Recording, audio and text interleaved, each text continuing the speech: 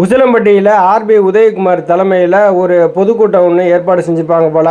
அது ஆர்பி உதயகுமார்னு யாருன்னு கேட்டாதீங்க. அவர் எடப்பாடி பழனிசாமி அணியில் நான் தான் எதிர்க்கட்சி துணைத் தலைவர் அப்படின்னு சொல்லிவிட்டு தன்னைத்தானே பீலா விட்டுட்டுருப்பார் இல்லையா, அவர் தான்.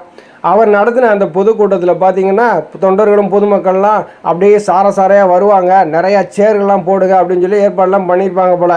ஆனால் அங்கே பார்த்தா ஒரு தொண்டனும் வரலை, ஒரு பொதுமக்களும் இல்லை.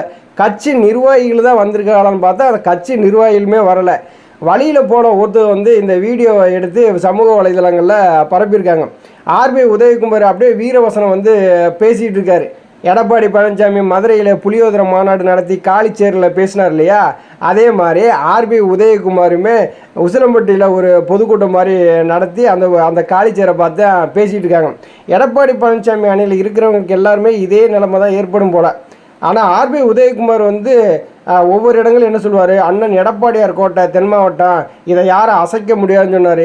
இன்றைக்கி 10 பேருக்குற தொண்டர்களும் பொதுமக்களும் அந்த இடத்துல உட்கார்லிங்கும் போது எடப்பாடி பழனிசாமியுடைய ஆளுமையை ஆர்பி உதயகுமாரனுடைய ஆளுமையை நல்லா புரிஞ்சுக்கிட்டாங்க. தென் மாவட்டம்னு இல்லை, தமிழகத்தில் எந்த மாவட்டத்துக்கு போனாலுமே காலிச்சேரை பார்த்து பேசக்கூடிய ஒரே ஆட்கள் யாருன்னா எடப்பாடி பழனிசாமி அணியில் இருக்கிற ஆட்கள் தான், வேறு யாருமே கிடையாது. மக்கள் டோட்டலாகவே புறக்கணிச்சிட்டாங்க எடப்பாடி பழனிசாமியை. இது மதுரை மாநாடும் இந்த உசிலம்பட்டியில் நடந்த பொதுக்கூட்டமே இதுக்கு ஒரு சான்று அப்படிங்கிறது நமக்கு நல்லா தெரியுது. இதற்கு முன்னாடி ஈரோடு கிழக்கு இடைத்தேர்தல் நடந்தது இல்லையா, அதுலேயே 64,000 ஓட்டில் ரெட்டலை வச்சுட்டே தோற்று போனார் எடப்பாடி பழனிசாமி. அதுவும் ஒரு சான்றாக நம்ம எடுத்துக்கலாம். ஆக மொத்தம் ஆர்பி உதயகுமார் மூஞ்சியில் தொண்டர்களும் பொதுமக்களும் சேர்ந்து கரியை பூசி அனுப்பிட்டாங்க அப்படிங்கிறது இதன் மூலம் நிரூபணமாகிறது.